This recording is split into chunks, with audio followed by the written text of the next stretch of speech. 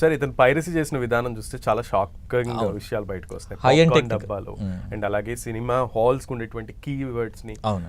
Keys ని తినే ఆ సర్వర్స్ లోకి వెళ్ళిపోయి హ్యాక్ చేసి సినిమాని పైరసీ చేయడం. సో ఇవన్నీ చూస్తుంటే ఫ్యూచర్ లో అసలు ఏ లెవెల్లో మన డేటాని మనం కాపాడుకోవడం కష్టతరం అవుతుంది. ఒక ఇండివిజువల్ తలుచుకుంటే, ఒక టెక్నికల్ ఇండివిజువల్ తలుచుకుంటే ఎవరి డేటా అయినా అపహరణ చాలా ఈజీ అనేది తెలుస్తుంది. సో దీన్ని బట్టి ప్రజలు కానీ లేదా వ్యవస్థలు కానీ ప్రభుత్వాలు కానీ ఎటువంటి స్ట్రిక్ట్ యాక్షన్స్ తీసుకోవాలంటారు? అంటే జనరల్గా ఇక్కడ ఇవాళ present cyber fraud, cyber hack అనేది కామన్ అయిపోయింది. మన డేటాకు సెక్యూరిటీ లేదు. మనం ఎంత జాగ్రత్త అంటే సెల్ఫ్ డిసిప్లిన్ లాగా, అంటే మనం స్వీయ జాగ్రత్త తీసుకోవాలన్నట్టు ఇక్కడ. ఎందుకంటే ఇప్పుడు లేటెస్ట్గా హైకోర్టు వెబ్సైటే హ్యాక్ అయి ఉన్నది. ఈ 2 days నుంచి హైకోర్టు వెబ్సైట్ హ్యాక్ అయింది. హైకోర్టు వెబ్సైట్ ఏంటి, మా అడ్వకేట్స్ అందరికీ జనరల్గా ఏంటి, కాజ్ లిస్ట్ తీసుకోవడం, కేసెస్ పోస్ట్ ఎప్పుడు అయ్యాయి, ఆర్డర్స్ చూసుకోవడం, అదే హ్యాక్ అయిపోయింది. హ్యాక్ చేయాలి అంటే www.com ఉంటే సరిపోతుంది.